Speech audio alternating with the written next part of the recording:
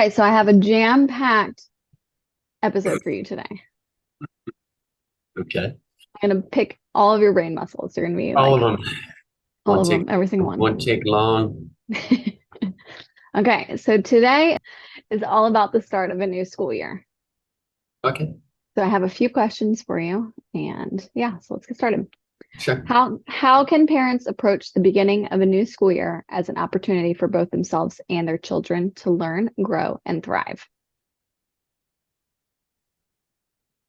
Okay, better way to phrase it is how can parents use the opportunity of the kids starting a new school year to basically focus not only on their own personal development, but on their kids as well? Well, I mean, essentially,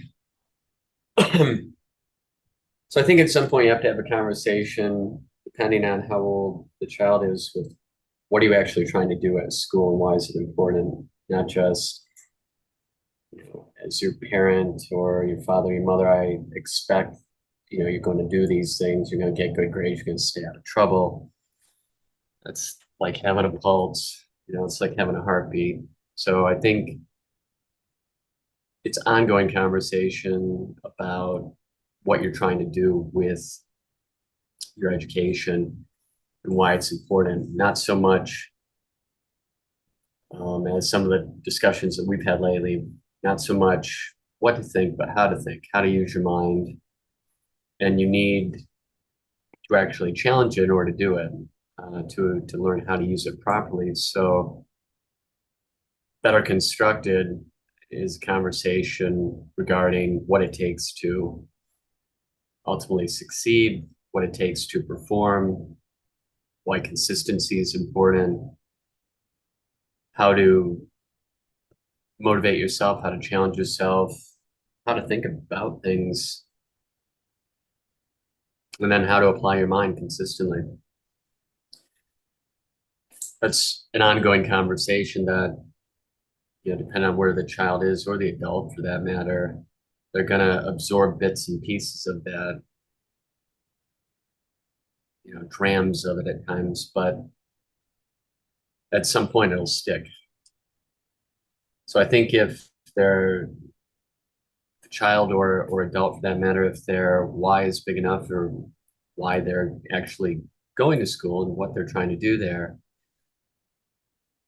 as an avenue, as one avenue, one facet of all the lanes that you're performing in life, then it might make a little more sense to, the person that you're trying to instruct about school, why it's an important thing. The culture, the culture as it is now, a lot of people have a misguided notion that you don't have to go through education or formal education, all that stuff. And there's, these outlier people who maybe didn't get a formal education, but they achieved great success, which is well and good. You have different types of intelligence and different capacities, but the majority of people actually had to go through formal training at some point.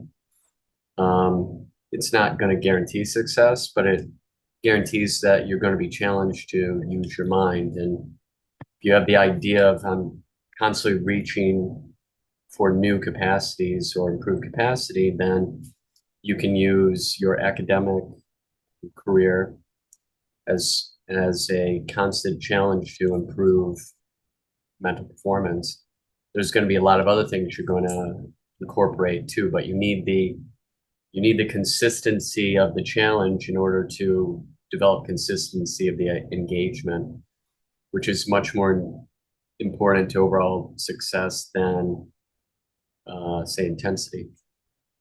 So you want to kind of do the work day in and day out. That work hopefully will continue over the course of a lifetime. We continue to improve and to provide yourself with more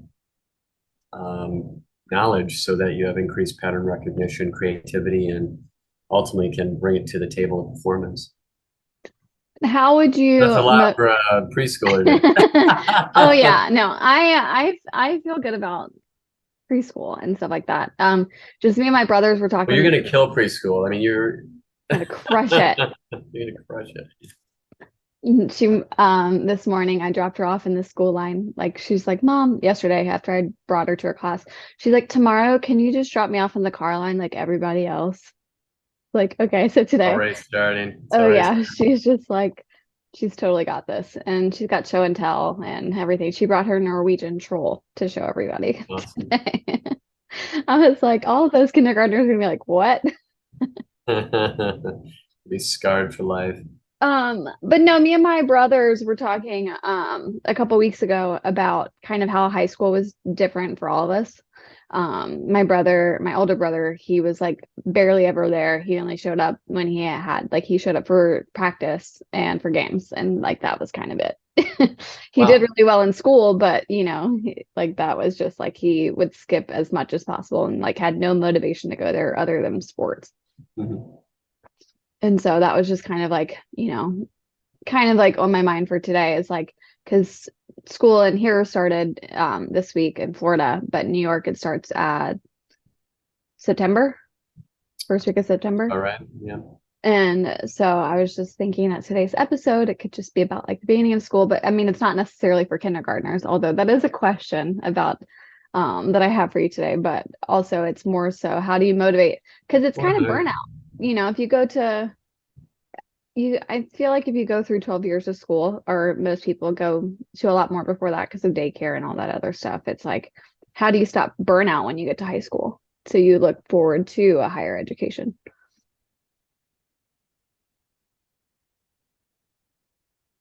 yeah, it's the experience of school is so disjointed now. You feel bad for what the kids are experiencing as high school because it's such a rich time when you're really coming online as a young adult. You're still in that netherworld between being a child and being um, having adult responsibilities anyway, right? And so, with all of the hormonal release and neurochemistry involved, you're kind of realizing a sense of autonomy and power, creativity, sort of the best of all worlds. You get imagination and sort of the magical thinking of childhood coupled with full powered adult um, you know physical and mental capacities to an extent.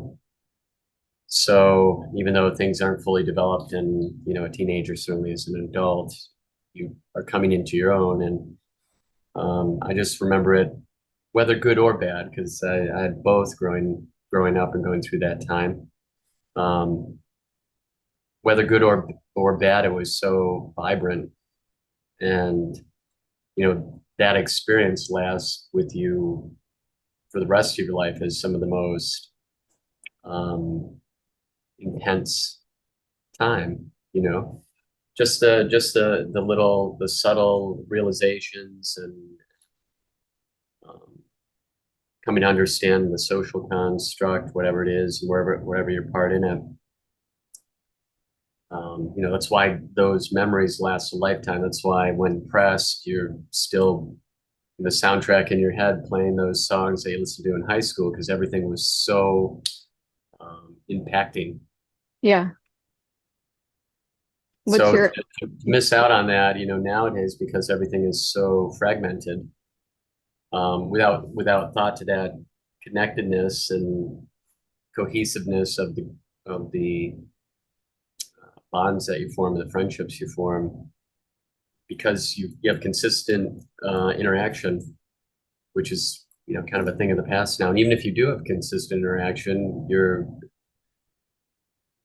as a child now going to school or a young adult going to school or an adult going to school for that matter, your attention is so fragmented with distraction and the tendency to self-distract, almost every second that even if you had people consistently around you, it's going to be really hard to form those friendships and connections that I think were a lot more effortless at a different time. Yeah, not as many people Which is a with their shame, face in their because phones. there's a richness of experience. It seems like a very isolating world from my perspective nowadays. Now, if you're prepared for that isolation as an adult, then there's amazing things that you can do, because often on performance paths, if you engage them, it's, there's a lot of alone time. You're alone a lot of the time, whether in your head or physically alone, because you're busy, pursuing that path. And it does take um, a lot of your physical and mental energy. If you're a child, though, you don't have all the resources and abilities, that isolation can be pretty damaging, and gives me concern for, not only my kids, but kids in general, as they're coming through this just constant bombardment of distraction and lack of attention and essentially being alone. Makes me wonder, if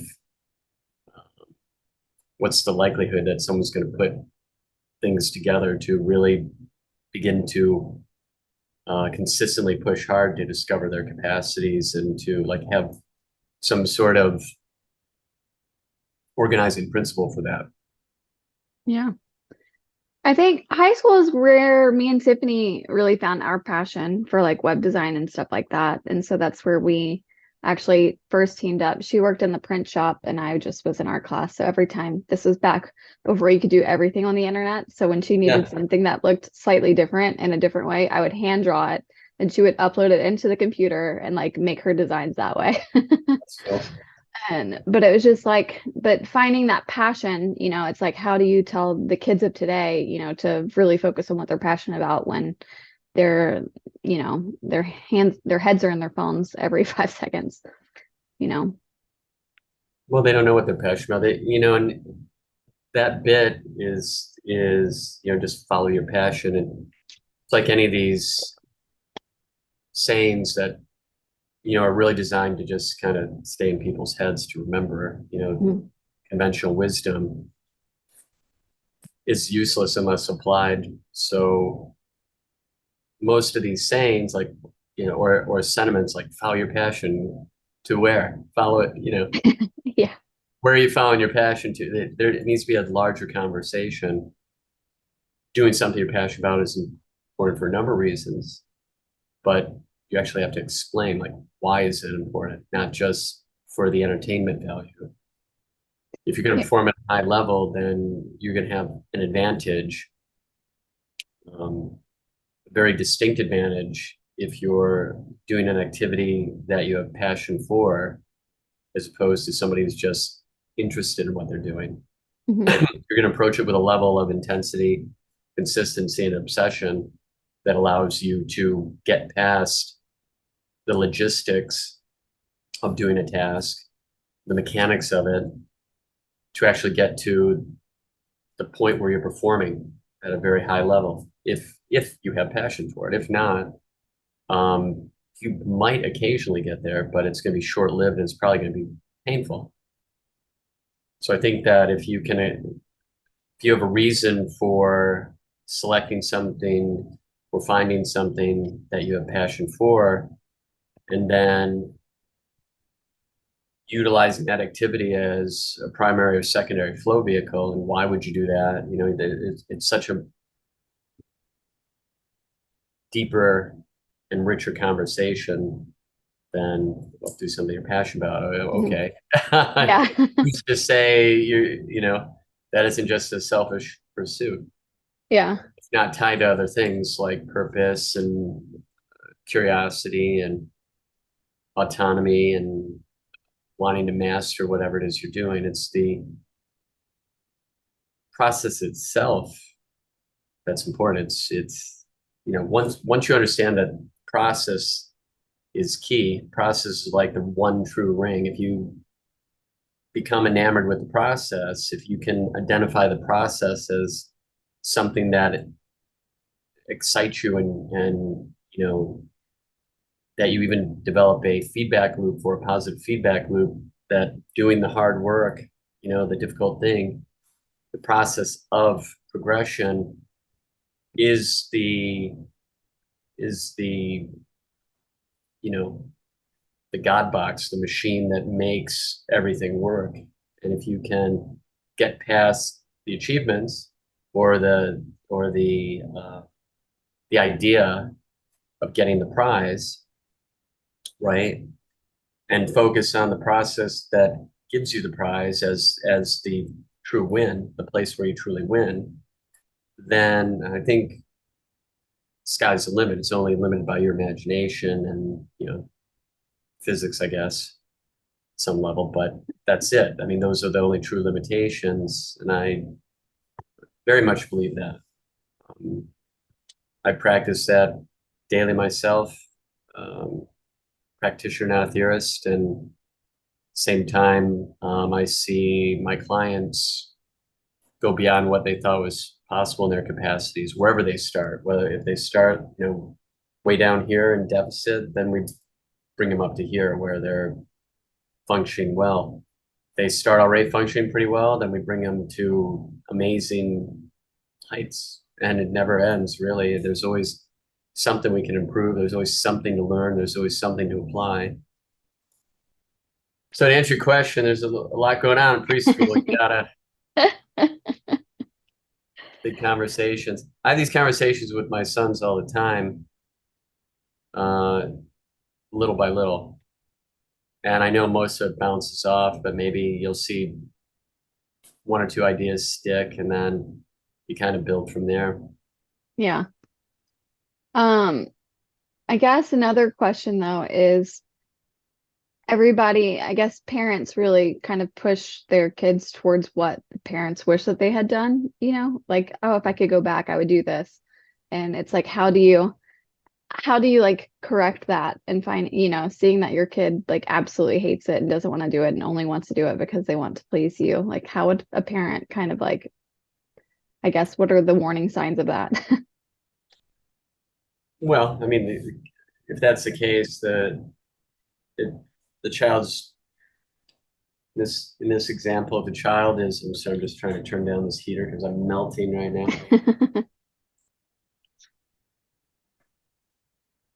Kid's only doing it because they're in the hot seat, like I was, then that's only gonna last so long, and they're gonna tank because they're doing it out of an external pressure, right? External control, even if it's self-imposed. To some extent, they're doing it because there's pressure from the outside. Um, I think the way to keep that from happening is to properly construct what it is that you're trying to do with school and what's important about it and what's not. And I think at some level, that's the avenue that kids have accessible to them. That's sort of the arena where you can begin to develop your skills and realize your capacities. There aren't many other places as a child to do that. So if you have an understanding of that, I think that you can construct the educational experience so that you're teaching the child to overcome obstacles and engage difficult things in order to realize their potentials. And those potentials aren't going to be realized unless they push themselves. A self-motivated type of experience, so that the idea of like a school class, a class that you're taking actually has some meaning. Like, why am I taking French? I'm unlikely to go to France for a great length of time. If I do, I'll probably be able to speak English and it'll work out pretty much. And what's the reason? And I think if you develop your own reasons for why you're doing these things, that at least in this country, that everyone's pretty much obligated or forced to do, then you can actually get skills and tools that can help you realize your potentials. But it has to be tied to a larger conversation regarding, what it takes to perform at a very high level, if that's something that's interesting to you, what it takes to be good at things, what it takes to succeed at things. Why is it better to succeed than not to succeed? Why not, why is the harder path always the better path? Mhm. That takes a bit of philosophical conversation. I think that's best had by someone who's actually doing it. So again, it just comes down mostly to leading by your example. If it's something that as an adult or as mom or dad that you've come to understand and make important in your life, then, provided you're willing to walk the walk and do the work, you can give your own example by your own leadership in that. And then school actually has its place, or at least education has its place. Whether school does or not, education does. Like, it has a compelling why. And you have to continually feed that hunger of acquiring new skills and new knowledge so you can apply it to get a better result. And, the joy in being able to perform at higher and higher levels, that thrill that we talked about the other day, where everything becomes thrilling to an extent, even if it's something very mundane, because you've got a process, a way of organizing your thoughts around doing the things that have to get done in life. But the organization of your thoughts creates a situation of engagement where it's deeply compelling, deeply immersive, and extraordinarily satisfying. Or you just go around and do a bunch of things. However, one is very depleting. That sort of way of doing things is very depleting because it's not tied to anything with meaning. The other is imbued with meaning and can include passion, purpose, autonomy, a sense of coming to master whatever it is you're doing. And it becomes an autotelic experience itself. The activity all into itself has meaning. Now, if that activity also leads to great success because you're doing something very, very well, very, very consistently, you're executing very consistently at an extremely high level, and you've thought out what your targets are and what your goals are, then you're going to achieve a great level of success in many areas. Like wherever you put this process, I always think of it like a construct, like a jungle gym that you can just put down in whatever lane of your life, and then you've got a method of approach. You got a lane of approach that allows you to perform at a very, very high level. Now, if you can build in consistency by choice extinction, so you're not constantly throwing yourself off by renegotiating the terms of the contract through your emotions. Mhm. And you use your mindset to control your emotions control your actions are aligned with your goals. Everything has a reason. Everything gives you now results because you've got a reason to do these things over the things that maybe even keep you from your goals. And you got to find that friction point, like that friction point, like on a clutch pedal for a manual gearbox driving a car. Mhm. I know what that is. It all comes down to Most kids today won't though. there's that friction point. Like you have to become enamored with that friction point where you're constantly uh, finding the resistance in life to springboard forward. And I think that becomes everything. It's what makes these experiences autotelic or ultimate human experience.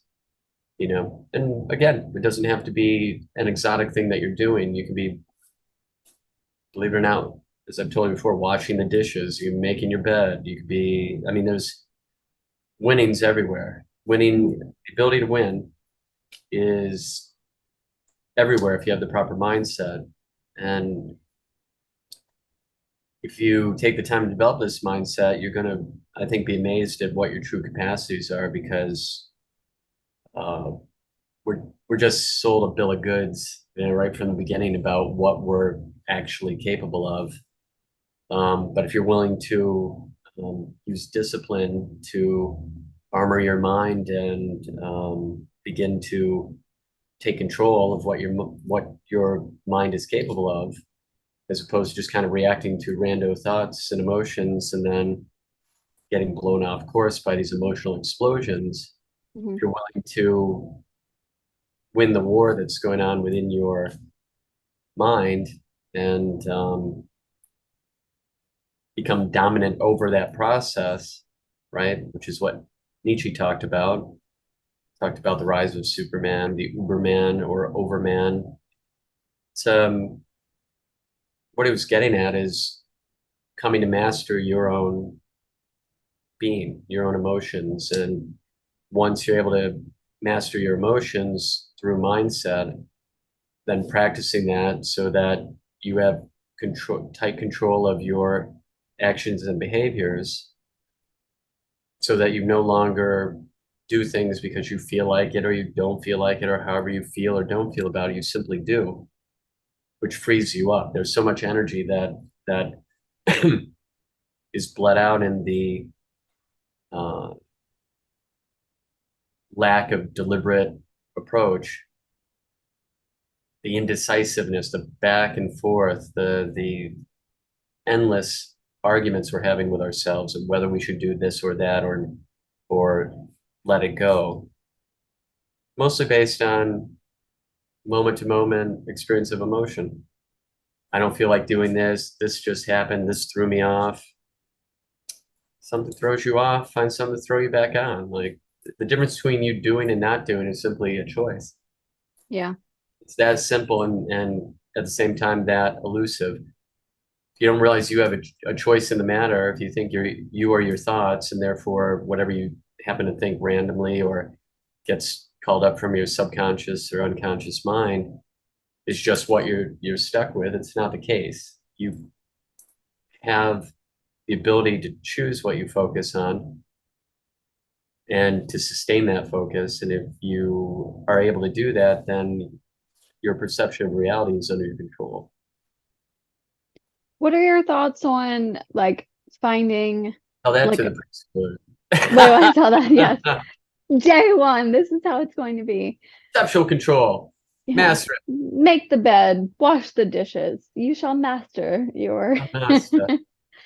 but so I mean we've been on this like personal development route for a couple years now, with flow and everything. I feel like we learn more and more every year.